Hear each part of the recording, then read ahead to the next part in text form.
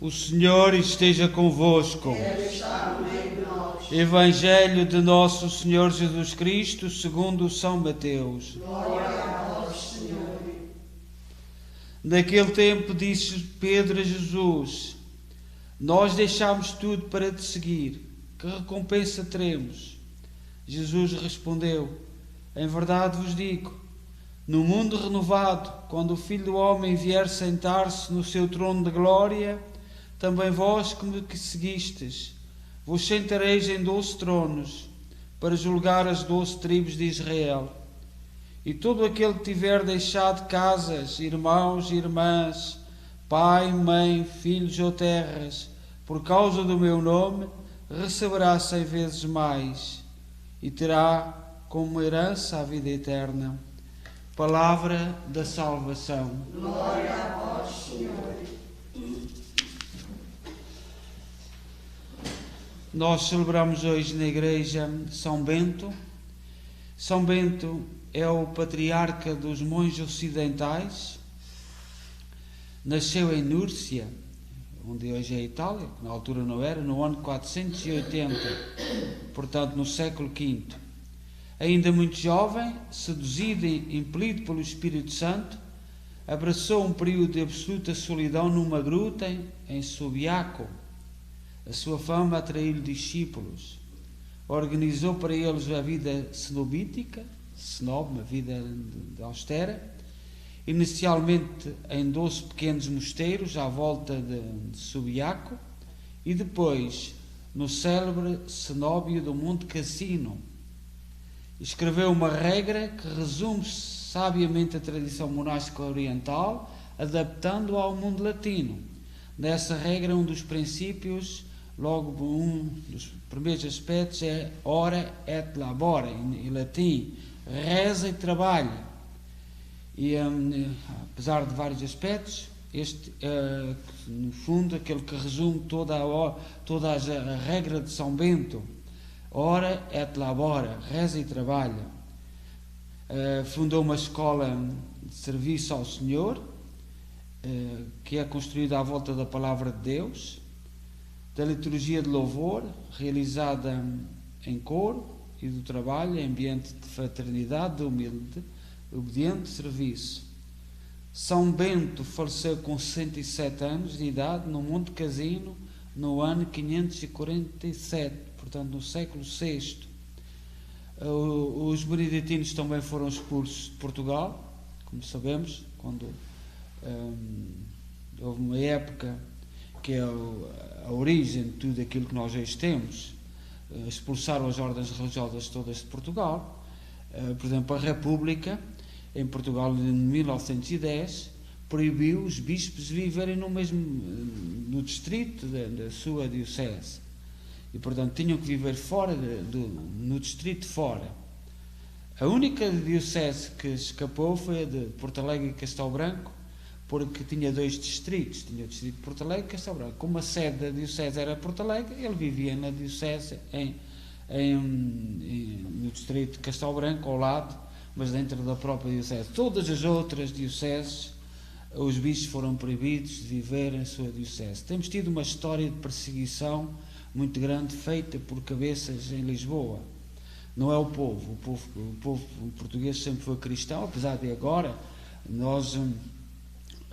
Eu tenho às vezes à noite visto vídeos de jovens que entram em conversa uns com os outros, e eu também apanho, em que, porque é legal a droga, eles à frente de onde nós fazem a droga. E, portanto, com leis que estão a destruir a nossa juventude, estão a destruir o nosso povo, mas é legal. E, portanto, há muitos católicos que justificam, isso é legal. E, portanto, mas a droga é um caminho. Como a regra de São Bento, de valores, de princípios, que nós devemos-lhe muito. Hoje só temos um mosteiro de Sinsverga, no norte de Portugal, penso que uma casa no Porto e outra em Fátima, porque foram expulsos. E nós devemos-lhe tanto no início, os nossos primeiros reis, confiaram aos beneditinos escreverem os livros, porque até o século XVI não havia imprensa, e eles copiavam nos mosteiros os livros, educaram o povo nas regras da agricultura, tinham escolas de agricultura, foram fundamentais na nossa história. Mas hoje ninguém fala que o Marquês de Pombal e todos os que lhe seguiram expulsaram-nos de Portugal, e eles e todos os outros, os agostinianos, que fundaram a Universidade de Coimbra, do Papa Leão XIV, onde Fernando de Bulhões, o futuro de Santo António, estudou, nos padres regrantes de Santo Agostinho, foram expulsos, todos foram expulsos, e hoje não se fala muito disto. As pessoas estão todas manipuladas por tipo de informações, e é preciso libertar-nos.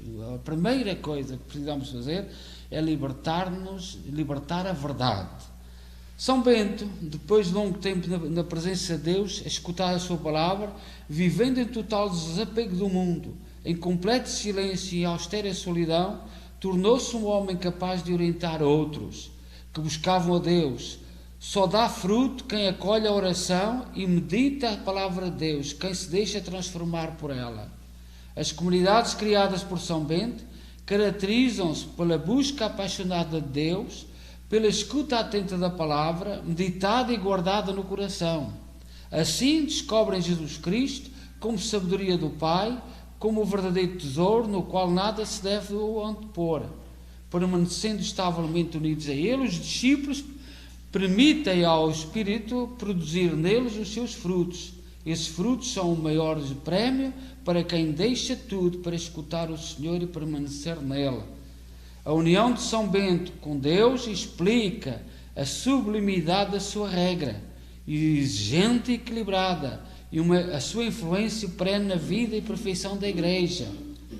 Bossuet, um pensador francês, diz assim sobre a regra de São Bento: suma do cristianismo, resumo douto e misterioso do Evangelho, das instituições dos santos padres, de todos os conselhos de perfeição, na qual atinge o seu mais alto apogeu e prudência e simplicidade, a humildade e o valor, a severidade e a doçura, a liberdade e a dependência, na qual a correção encontra toda a firmeza, a condescendência todo o encanto, a voz de comando todo o vigor, a sujeição todo o repouso, o silêncio e a sua gravidade, a palavra a sua graça, a força e o seu exercício, e a debilidade o seu apoio.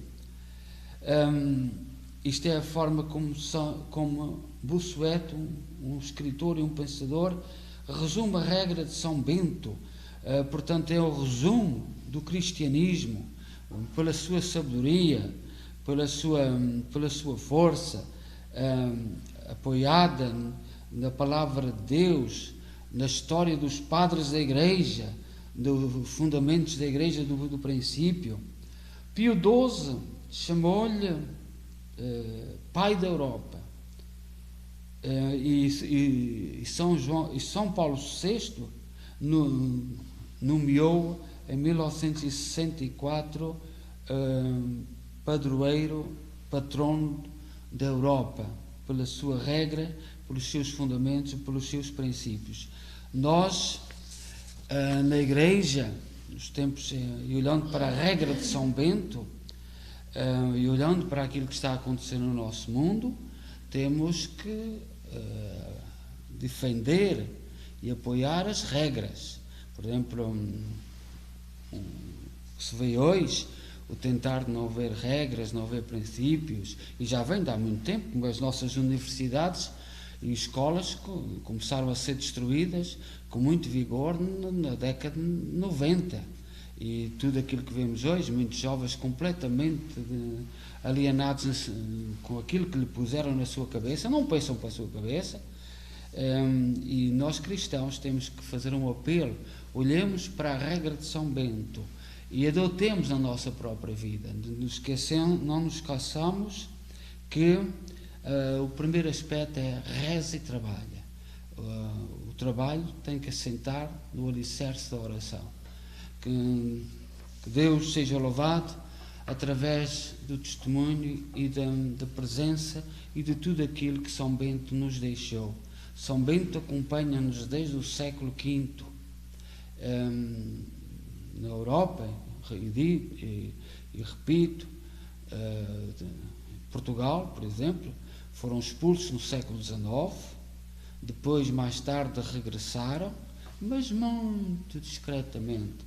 Aquilo que os governos dizem, a separação da Igreja do Estado, mais não é do que é tudo isso que começou já lá muito atrás. E o que é a separação da Igreja do Estado? É a imposição de um grupo, das suas ideias, e a Igreja, os crentes, aqueles que têm fé, aqueles que assentam princípios, não têm palavra, não podem ter palavra, e nós temos uma lei há muito tempo que a Igreja não tem absolutamente palavra nem ouvida nas elites que nos governam. Agora, vemos muitos jovens a despertar, vemos muita gente a acordar, que ser perseguida por causa disso. E um deles, como sabeis, chama-se André Ventura em Portugal. Está a ser perseguido porque está a pôr em causa tudo aquilo que vem desde o século XIX. Seja louvado nosso Jesus Cristo.